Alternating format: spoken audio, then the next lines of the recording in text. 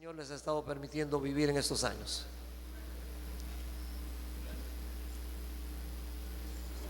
Gracias, viejo. Buenos días, hermanos, queridos pastores, consiervos. Le dije a alguien, tiene que orar por mí porque me siento como Daniel en el foso de los leones y veo que los leones están hambrientos y sedientos. Si fuera solo sed, podría invitarles, pero si es hambre, tengo un problema ahí.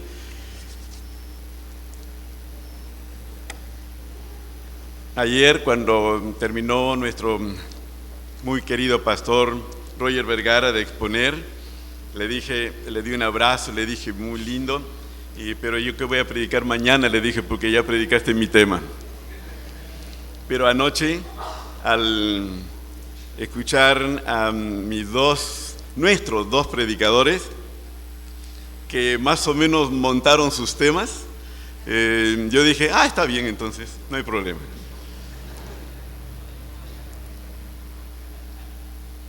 Es bravo predicar a pastores. Yo no lo sabía hasta que don Carmelo Terranova dijo, los pastores oyen los mensajes, los critican, los descuartizan y los archivan. Así que eso es un lío. Pero voy a darles testimonio de lo que el Señor ha hecho en Lince, está haciendo en Lince. Y quiero compartirles mis preguntas, respuesta que el Señor me va dando, mis preocupaciones y cargas en relación a este tema, porque como ustedes saben, acabamos de inaugurar un templo que prácticamente nos pone en un nuevo comienzo. El culto más concurrido en nuestra iglesia solo llena el 40% de nuestro templo. Y los cultos de menor asistencia es prácticamente en un desierto, porque el templo tiene capacidad para 3.000 y un culto con 400 personas, con 500 personas, pues ustedes imaginan. Así que nosotros estamos en este trabajo.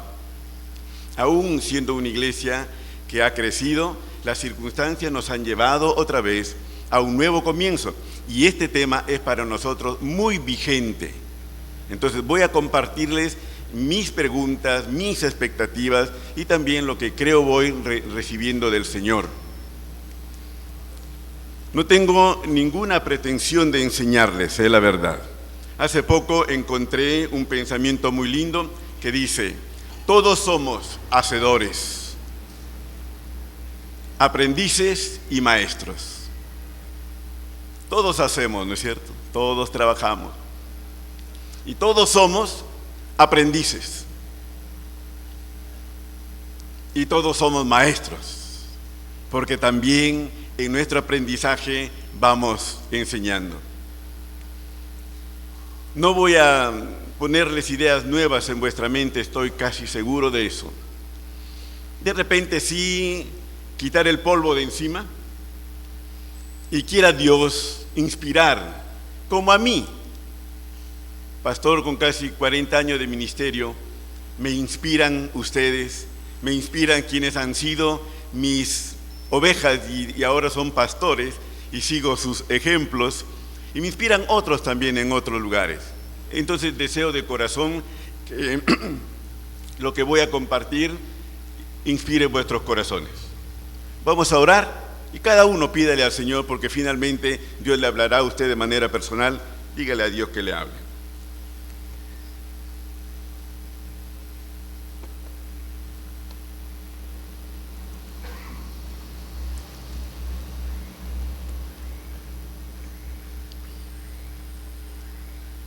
Padre, oramos que tú,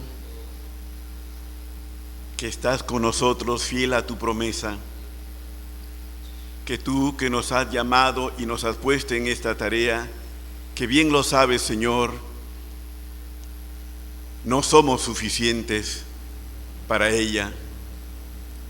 Tú nos hables, tú nos inspires. Tú nos des el toque de tu Espíritu en nuestros corazones, de tal manera, Señor, que podamos ser animados e impulsados a proseguir la tarea que tiene que ver con el crecimiento espiritual y numérico de tu iglesia, Señor. Bendícenos a todos, bendíceme a mí, remarca tu palabra en mi corazón. No me dejes ser solo uno que habla, ni a mis hermanos solo oidores. Concédenos que tu palabra entre al corazón y nos mueva en nuestro amor a ti, en nuestro servicio a ti, en nuestra entrega a la iglesia y en la búsqueda de almas para ti.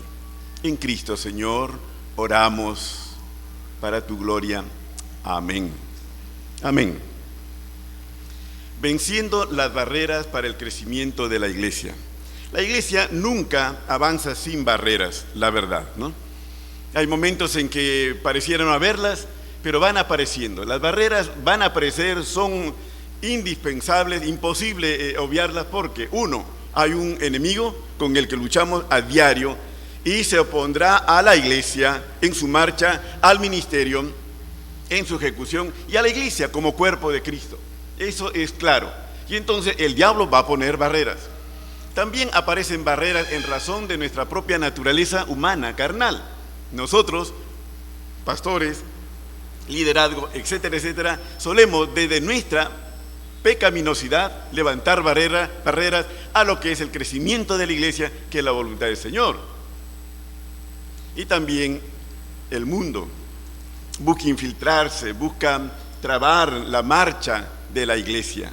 Entonces hay barreras que surgen aún después de las bendiciones, ¿no? Por ejemplo, si tienes un templo vacío y Dios te bendice y este se llena, y luego tú, para seguir avanzando, tienes una barrera. Las barreras que surgen de las bendiciones, como decimos, las que vienen de los buenos problemas, ¿no? Cuando los pastores del INSE pelean por aulas, es una buena pelea, porque implica que hemos crecido. Cuando decimos ¿y dónde sentamos a la gente? Es una buena barrera.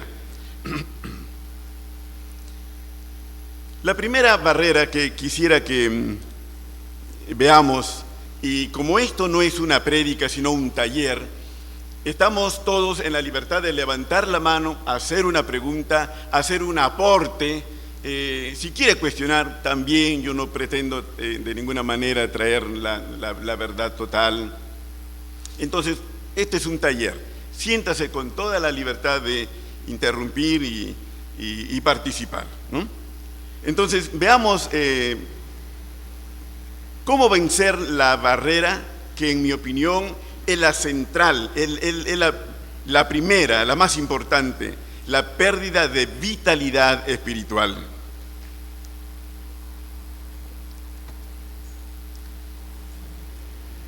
En Juan 15, que ustedes conocen muy bien, ahí están los versículos, el Señor mismo enseña que separados de Él, nada podemos hacer.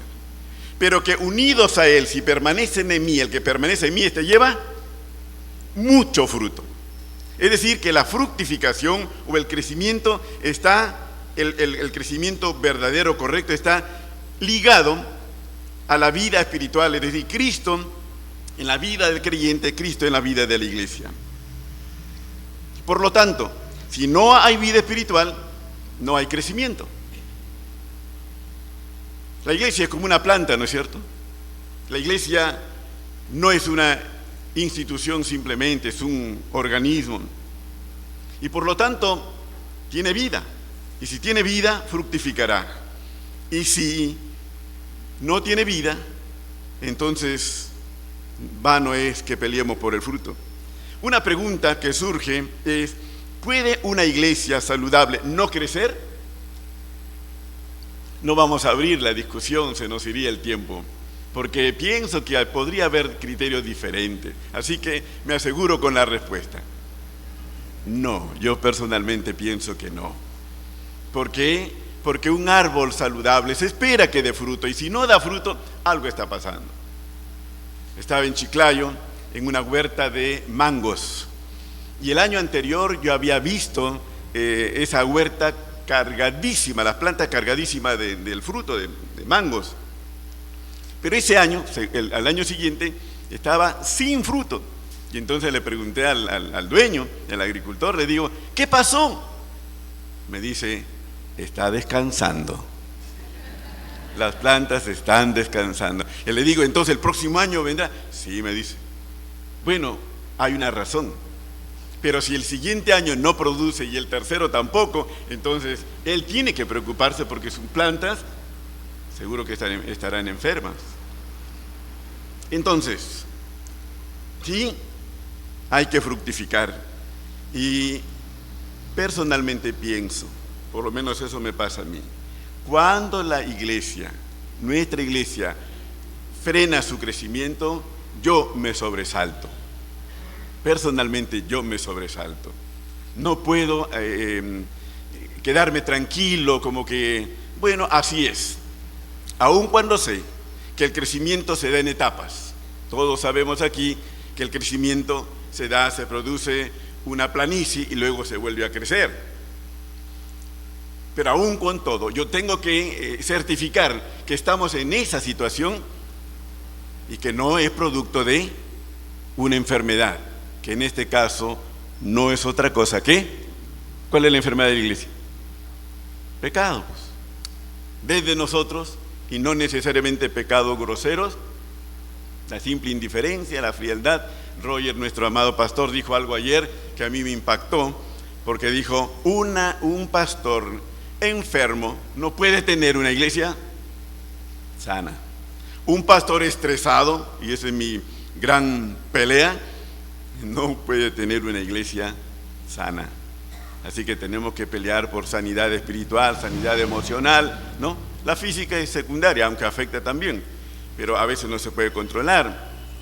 Pero hay otras cosas que sí, no solo debemos controlarlas, sino es una obligación. No solo debe preocuparnos, sino es una obligación. La salud espiritual del pastor y la salud emocional del pastor es vital.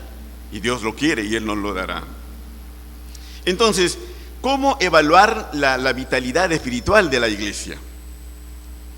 Debemos ser como pastores vigilantes de la vida espiritual de nuestra iglesia, de la vitalidad espiritual de nuestra iglesia, porque de ella dependerá su crecimiento, tanto espiritual como numérico.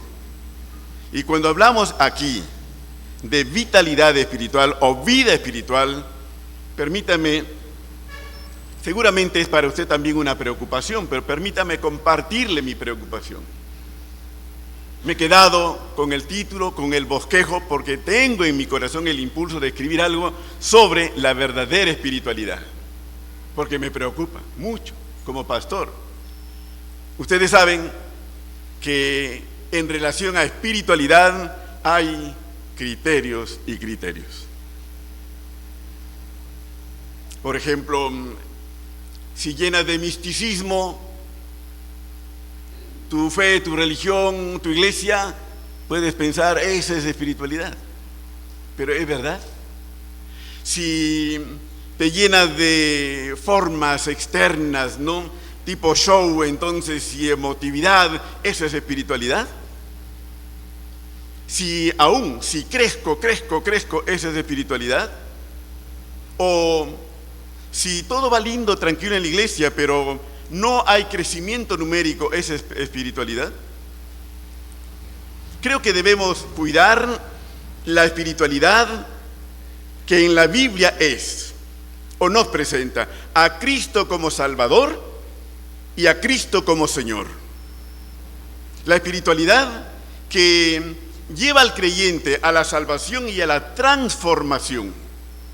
La espiritualidad en la que Dios es verdaderamente adorado desde el verdadero ser, es decir, lo que soy, el encuentro de Dios y yo. Porque pudiera ser que pretendo adorar, pero no realmente a Dios, y no desde mi verdadero yo. La verdadera espiritualidad tiene que ver con el amor al prójimo, el respeto y el servicio al prójimo.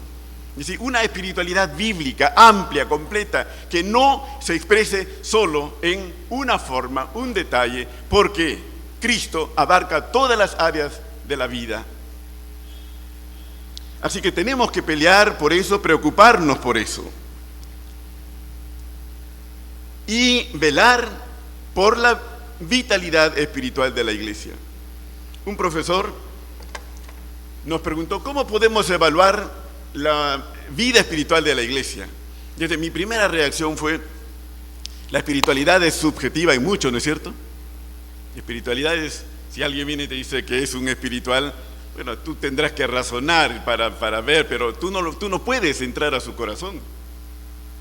¿Sí? ¿Cómo evalúo la espiritualidad de una iglesia o de mi iglesia? Cosa que tenemos que hacer y por lo tanto aprender a hacer. O sea, usted no puede decir, yo no sé cómo está espiritualmente mi iglesia. Entonces, me gustó la pregunta y me quedé con eso. Si es subjetivo, a ver qué va a decir el profesor. Y él dijo algo que es bíblico. Dijo, mire, no podemos evaluar lo subjetivo. Pero la Biblia dice, por sus frutos los conoceréis. Y entonces, las manifestaciones. ¿Qué es lo que podemos ver? Por ejemplo, bueno, empecemos por la asistencia a los cultos. Sube, baja, en especial el culto de oración. Porque como se dijo ayer también, los cultos de domingo, bueno, te pueden dar una mala referencia, ¿no es cierto? Pero el culto de oración. Entonces, eso te puede ayudar a ver. Tu gente ama orar, ama el encuentro con Dios. Y por supuesto, el resto de cultos también. También puedes examinar o evaluar la asistencia a los programas especiales. Por ejemplo, programas una campaña evangelística y viene la gente, tú ves que hay una participación. También puedes evaluar la presencia de nueva gente invitada, porque detrás de eso tú puedes ver si tu gente testifica, si tus hermanos atraen a Cristo. Porque escúchenme, si ustedes creen, digamos, no nosotros vamos a decir que nosotros los pastores somos los santos, así que vamos a ilustrar con los hermanos nomás. Digamos que si usted, un hermano de la iglesia X, tiene un cristianismo carnal y va a invitar a un familiar, a un vecino, ¿usted cree que el familiar o el vecino van a venir con él? No van a venir. Porque su vida estará diciendo lo que él quiere testificar, porque su testimonio niega a Cristo. Por eso es que la presencia de invitados es una muy buena señal. Usted se ha dado cuenta que generalmente los nuevos traen, ¿no?, gente. Porque los nuevos están en todo el esplendor de su fe. Pero debemos preocuparnos cuando los viejos no traen, creyentes antiguos no traen nuevos, porque puede estar implicando una carencia de vitalidad espiritual. O participando en los tiempos de preparación para las campañas. Y el otro elemento que nosotros podemos evaluar es el de los aportes económicos, diezmos, ofrendas, desafíos, ¿no? ¿Responde la gente o no responde? Y usted dice, pero ¿cómo puedes evaluar por el dinero lo espiritual? Mire, el hecho de que haya dinero no significa que haya espiritualidad. Pero no puede haber espiritualidad sin dinero. Permítame explicarle otra vez. ¿Me escuchan? O sea, puede haber un montón de dinero como en la iglesia de la Odisea y no haber una verdadera espiritualidad. Ya, eso es correcto. Pero no se puede decir en razón de eso que, bueno, somos espirituales, pero no nos alcanza para los programas, para evangelizar, para hacer tal o cual cosa. Eso no se puede hacer. ¿Por qué? Escuché esto de una iglesia y de un pastor.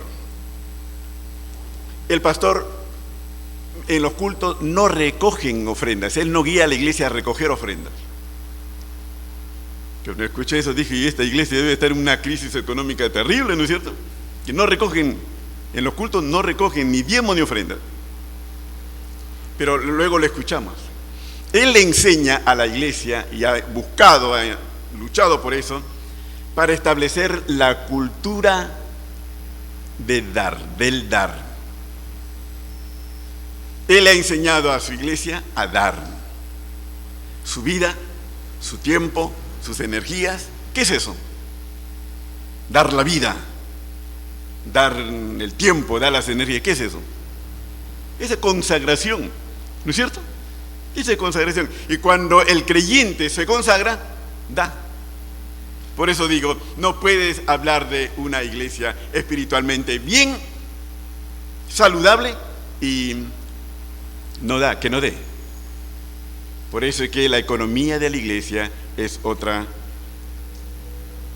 señal que te permitirá, nos permitirá evaluar.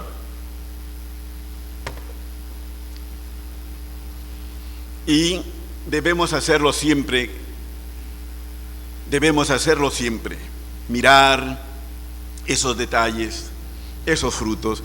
Y hay más, seguramente que hay más, usted puede agregar a esto, para de esa manera ver cómo está su iglesia. Y encuentre usted lo que encuentre. Debemos guiar a nuestros hermanos con nosotros a la cabeza al siempre retornar al señorío de Cristo. Para mí, ya mencionamos la Odisea, es terrible leer que tenía toda la mejor forma y todos los recursos materiales, pero Cristo no estaba en la iglesia.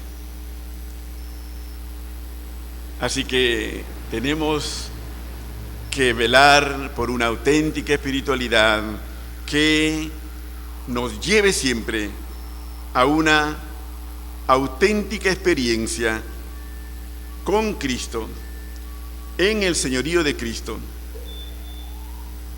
Amados consiervos, partiendo de la convicción de que esta es la voluntad de Dios. Esta es la voluntad de Dios.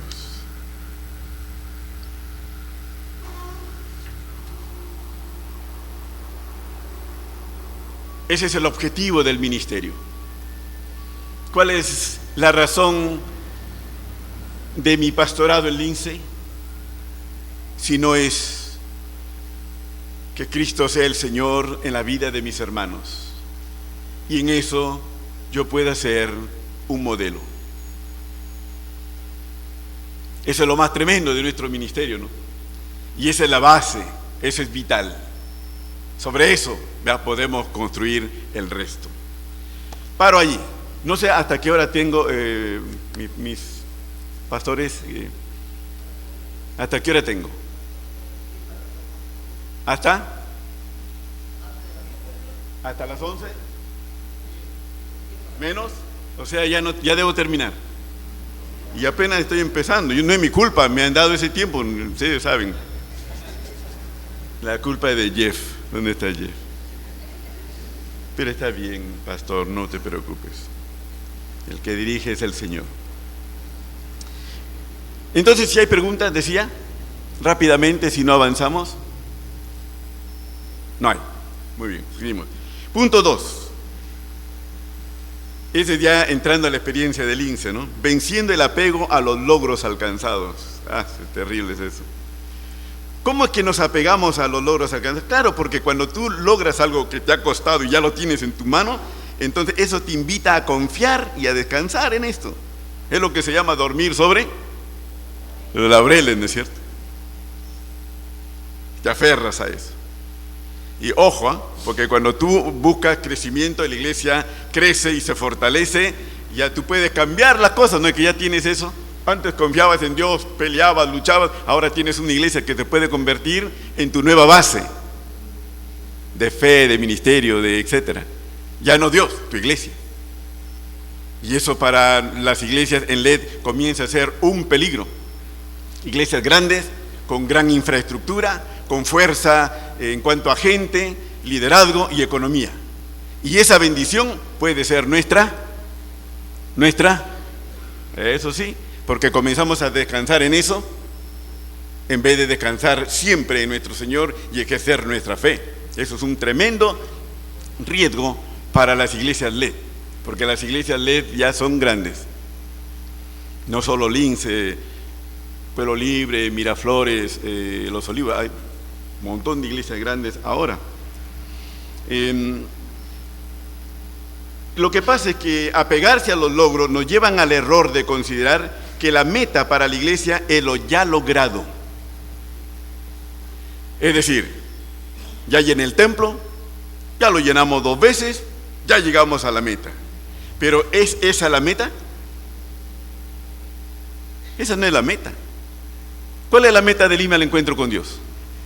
Lima, no es llenar el templo 2 veces, ni 3, ni 4, es Lima. Entonces, no nos equivoquemos. También apegarse a los logros es una actitud de comodidad egoísta. Esa era la situación del Lince, pues.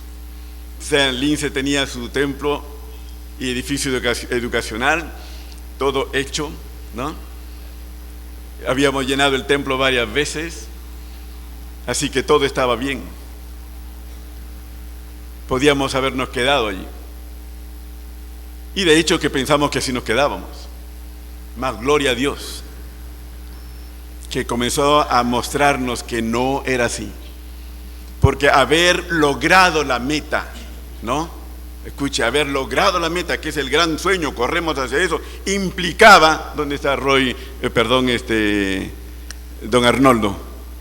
Llegar a la meta implica entrar a la curva maldita, ¿no?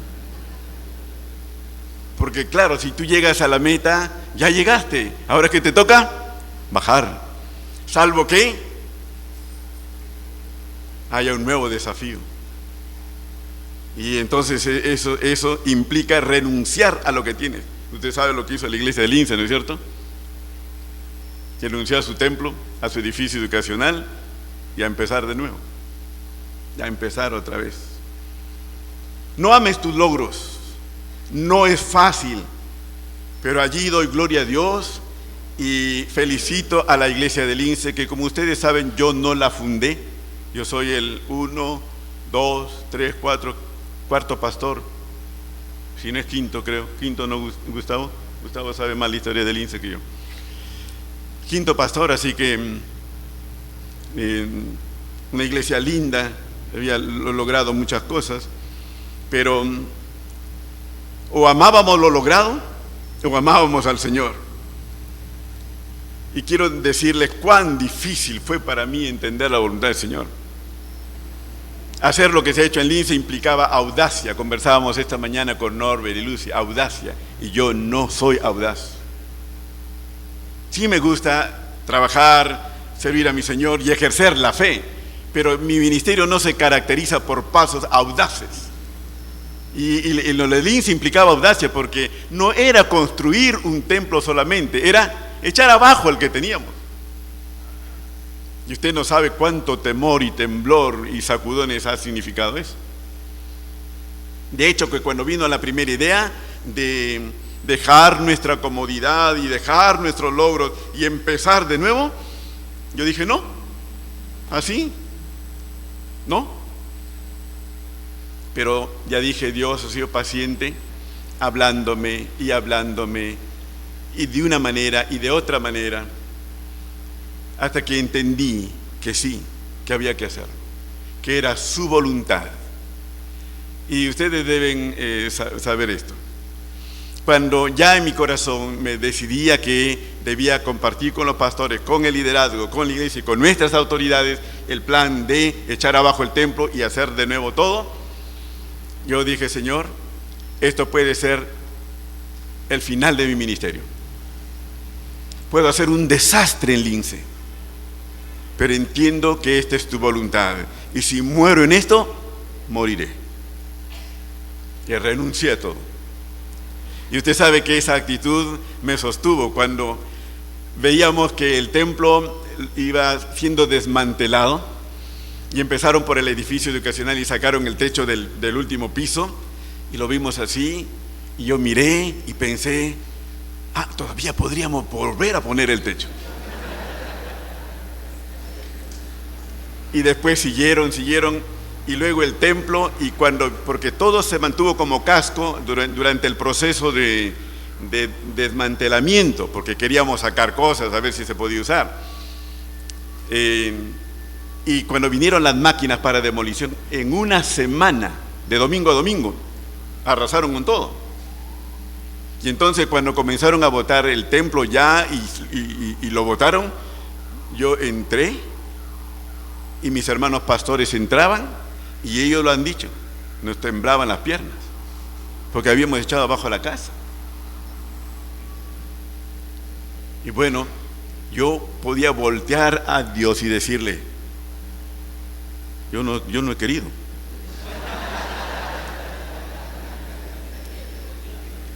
Alguien me dijo a mí, oye pastor, me dice, un amigo, muy amigo, me dice, mira pues esto que están haciendo. Y él sabe mi edad, yo tengo 62 años. Yo no lo hubiera hecho a tu edad, me dice. Y yo le digo, yo tampoco. Porque no, pues es el Señor el que hace las cosas, ¿no? Esa es otra cosa que hay que entender. Es el Señor, no eres tú, no es que porque estoy yo y cuando ya no esté yo, es el Señor. Y Lince ya ha tenido sus pastores, sus misioneros, su gente, y los que estamos sabemos bien que somos solo un eslabón en la cadena. Es más, sabemos que cosechamos lo que nuestros viejos sembraron. Eso lo sabemos bien, no podemos ser tontos, porque es tontería pensar yo lo he hecho. ¿Cómo? Yo no estoy haciendo Lince, yo soy un pastor que aparece en la cadena. Como dirá el fundador también, ¿no? Porque él funda y luego sigue la cadena, o sea, eso es así. Como dijo ayer Jesús Londoño, ¿no? Él es el de la iniciativa, no nosotros. Y en el caso de Lince, completamente cierto. Bueno, ¿y por qué no quedarnos en nuestros logros? Porque somos responsables de nuestra generación, pero también de la próxima. Eso a veces los pastores no lo entendemos. Mientras yo estoy, que todo vaya lindo. No, porque el ministerio no es solo para que vaya lindo cuando tú estás, sino para que siga lindo cuando tú ya no estás. ¿Por qué estamos nosotros ahora acá en LED? Porque los que estuvieron en la generación anterior pensaron en esta generación, y nosotros tenemos que pensar en la generación que viene. Eso es bíblico. Pablo, no solo a Timoteo, sino diciéndole a Timoteo, generaciones siguientes, construir algo que quiera Dios. Yo creo que es su voluntad, pero que los siervos, la iglesia tenga esa solidez, esa consistencia trabajemos para una continuidad generacional hasta que Cristo venga, y no solamente hasta que nosotros nos vayamos. Y entonces por eso es que no podemos quedarnos con nuestros logros. Cuando inaugurábamos el templo, o dedicábamos, porque no hicimos inauguración sino dedicación. ¿Y por qué no inauguración y por qué dedicación? Porque no estaba terminado, pues. Era un casco cuando entramos. Y entonces dijimos, inauguración así tan feo, no, dedicación, ¿no? Y así, entonces dedicamos y nos metimos. Esta señorita, una jovencita arquitecta, en nuestra iglesia desde niña, me dijo, abrazándome, pastor, gracias por pensar en la siguiente generación. Porque era visible, ¿no es cierto? Era visible que eso era también para la siguiente generación. Venciendo la apatía, el pastor Gustavo, me quedan 5, 10, gracias. Ya está, me regaló 7 minutos. Voy corriendo, ¿ya? Venciendo la apatía o indiferencia de la iglesia. Bien rápido. Ojo con el alto porcentaje de creyentes pasivos en la iglesia.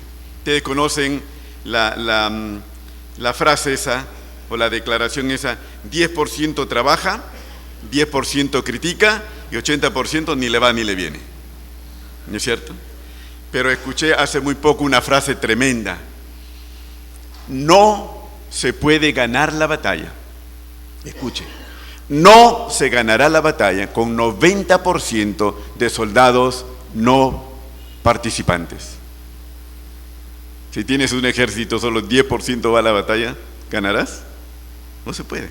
Así que tenemos que pelear para vencer la apatía, la indiferencia que puede estar en la iglesia, porque la apatía, la indiferencia hacia las cosas espirituales y hacia la salvación es una barrera, hay que vencerla. Allí la convicción del pastor es fundamental. El pastor debe estar seguro, su convicción es vital y debemos ser perseverantes o persistentes. Mira, yo le predico a la iglesia una vez que evangelice y no hacen caso. Bueno, tendrás que predicar 2 veces, 3 veces, 4 veces, 5 veces, 10 veces, 20 veces, 500 veces. Pero tú no puedes parar hasta romper la apatía evangelizadora de tu iglesia. Si no, tienes que irte. Si tú no puedes quedar con una iglesia apática al crecimiento. ¿Y qué es para eso? La palabra. La palabra convence y la palabra mueve. No una prédica solamente, ni siquiera una serie. Les cuento rapidito. Empezamos hace años, hace un poco más de 2 décadas, a enfatizar fuertes misiones en nuestra iglesia. Y yo tenía una carga tremenda. ¿Cómo hace el Señor a sus siervos pastores? Nos carga nosotros primero y luego vamos a la iglesia. Así que yo prediqué el primer mensaje y a medio mensaje me puse a llorar. Y yo miraba que la iglesia me miraba como diciendo, ¿qué pasa con nuestro pastor?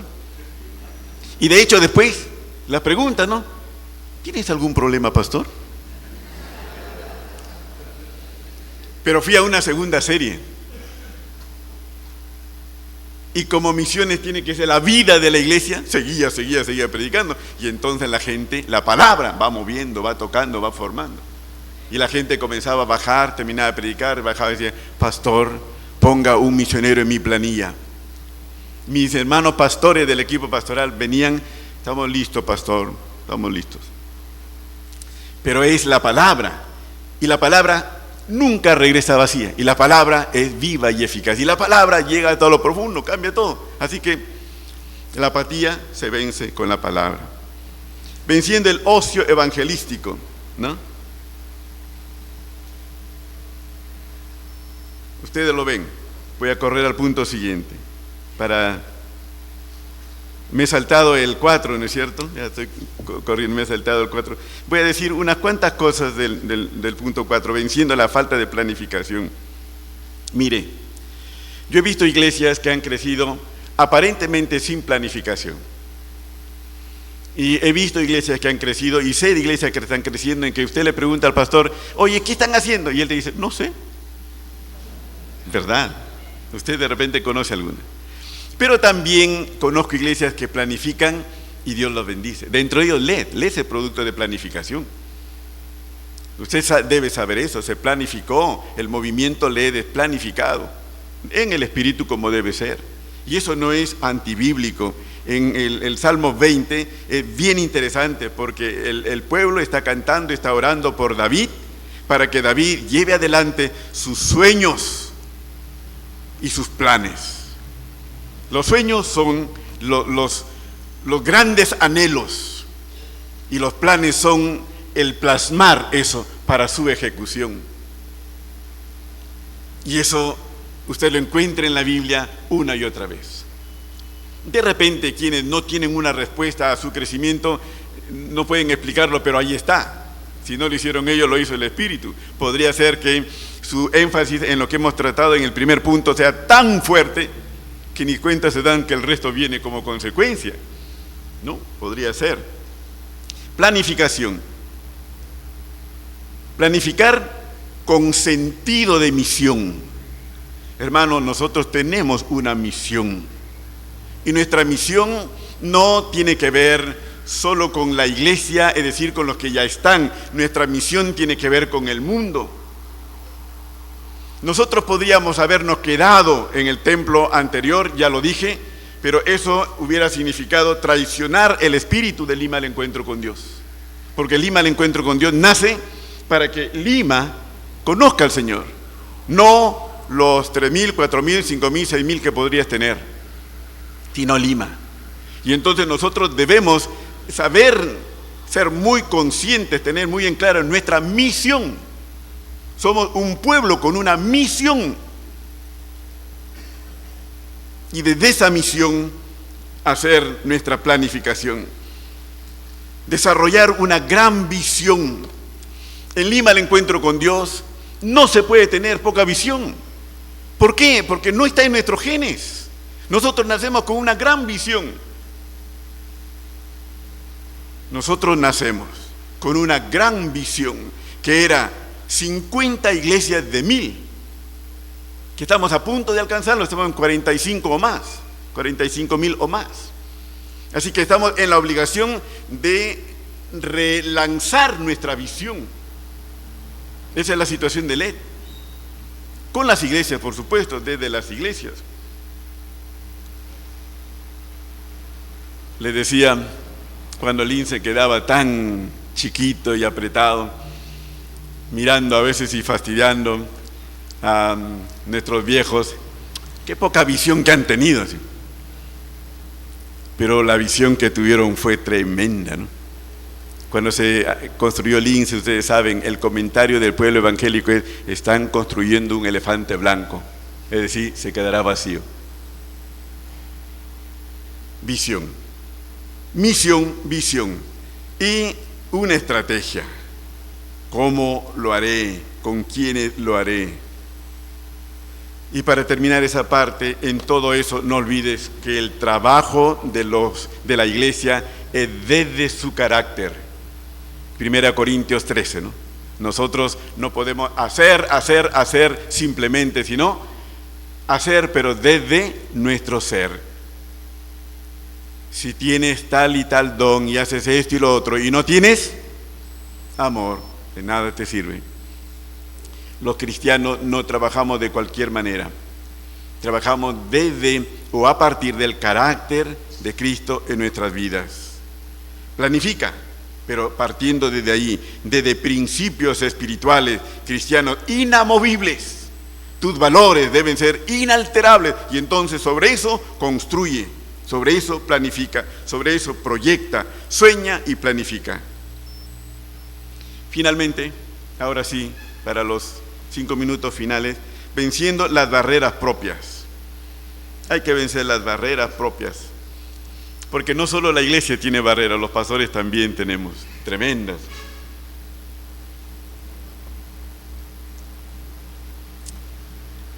Comienzo con la primera para mí, cansancio. 40 años de pastor, cansancio. El ministerio cansa. Y qué bien que estoy cansado a los 40, conozco amigos que se han cansado a los 5 años. Es porque el ministerio cansa, ¿no? A veces tenemos ministerios más, digamos, llevaderos y otros tienen ministerios sumamente difíciles, se van agotando. Así que hay que vencer esa barrera. El descanso para eso es vital. Porque escúcheme, no podemos parar. No parar no significa no descansar. Más bien, para no parar hay que descansar. Y también hay que desarrollar la disciplina. Un pastor de una iglesia muy grande, el INSE es una iglesia chiquita al lado de esa iglesia, dice que ellos son sumamente celosos en el día de descanso. Respetan el mandamiento, ¿no? El mandamiento de guardar el día de reposo. Y él contaba que una vez una persona de la iglesia le dijo que hicieran algo, trabajaran algo el día de descanso. Y él la miró y le dijo: ¿y por qué no me pides robar? ¿Y por qué no me pides mentir? Y le queda mirando a la otra persona como, y dice: claro, porque si me estás pidiendo que yo viole un mandamiento de la Biblia, del reposo, y ese es mi día de reposo, ¿por qué no me pides que cometa otros pecados? Interesante, ¿no? El celo por el descanso. Cuando somos indisciplinados en el descanso, pagamos el pato. Para los extranjeros, pagamos el precio. De repente he dicho una cosa muy mala para los de B. Vencer el temor a las limitaciones. ¿Cómo se vence el temor a las limitaciones? Acéptalas, las tenemos. Acepta tus limitaciones, las tienes, son tuyas. Así que no pelees, acéptalas. ¿Y qué? Compleméntalas con otros. Porque somos un cuerpo. Eres una mano pero no puedes caminar, busca un pie. Eres pie y no puedes ver, busca ojos, etcétera, etcétera. Es decir, el ministerio es para ser complementado, así que no puedes detenerte por tus limitaciones. Sé, temor a nuevas demandas y al fracaso. Sí, pero no somos llamados al éxito, somos llamados a la fidelidad. Eso debe ser clave, hermano. Así que no debemos tener temor, hay que saltar sobre eso y superarlo. Finalmente, o allí mismo esta frase que me encanta, no debemos ejercer conforme a nuestras capacidades limitadas, ¿no es cierto?, sino conforme a Dios. Finalmente, ahora sí, el ego. Todos tenemos ego y hay que ser vigilantes. Cuando planificas grandes cosas, tienes que estar vigilante sobre tu ego. Cuando le compartí a don Alfredo Smith, ¿no?, este proyecto de nuevo templo y así, y asá y todo, el pastor escuchó y terminó él diciéndome: Pepito, cuidado con estar construyendo su propio reino. Y yo reaccioné sin decirle, él es mi maestro, mi papá. Entonces yo no le respondí, pero en mi mente dije: no, ¿qué va a hacer? Hasta que más tarde en la noche orando, el Señor preguntó a mi corazón: ¿qué garantiza que no estés en eso? O que mañana no caigas en eso.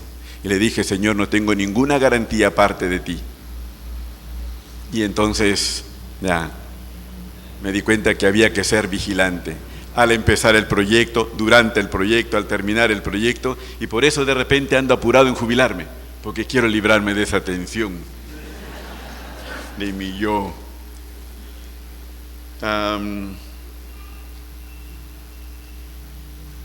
Termino, ahora sí, Pastor Gustavo, ahora sí termino. Estaba visitando una iglesia muy hermosa iglesia. Estar en ese servicio era precioso por una serie de cosas, no solo por el culto, que era muy formal, era un culto muy formal, nada show, muy formal, pero ver esa iglesia era realmente encantador. Y yo estaba mirando esa iglesia, y por supuesto tú, pastor, miras eso y estás pensando en tu iglesia, ¿no es cierto? Y entonces le decía: Señor, en mi encanto, en mi admiración, le dije: Señor, dame una iglesia como esta. Y me sorprendió la respuesta, creo, del Señor, del Espíritu en mi corazón. Señor, dame una iglesia como esta. Y la voz en mi corazón fue: dámela tú. Dámela tú. Y me quedé sorprendido, pero rápidamente entendiendo que, claro que Dios quiere, pero que tú como pastor, yo como pastor, soy vital en eso. Y recordé la manera en que Moisés y Dios hablaban sobre el pueblo, ¿no? Cuando Dios le dice a Moisés, y Moisés le dice a Dios, tu pueblo. Y Dios le dice a Moisés, tu pueblo. Total, ¿era de Dios o de Moisés? Era de los dos. Somos llamados para cumplir un rol y no debemos defraudar a Dios. Clamemos, supliquemos, lloremos, quebrantémonos. No defraudemos a nuestro Dios. Yo no merezco la confianza que Él ha puesto en mí, en absoluto. Tú tampoco, hermano. Por eso, seamos fieles. Amén. Y que su iglesia crezca para su gloria. Vamos a orar. Y si Dios te ha hablado y quiere decirle algo, te pones de pie y hablas con el Señor, ¿no? Respondiendo de repente a lo que Él ha hablado a tu corazón, te pones de pie y le hablas al Señor. Todos orando, todo un tiempo de oración. Y terminamos.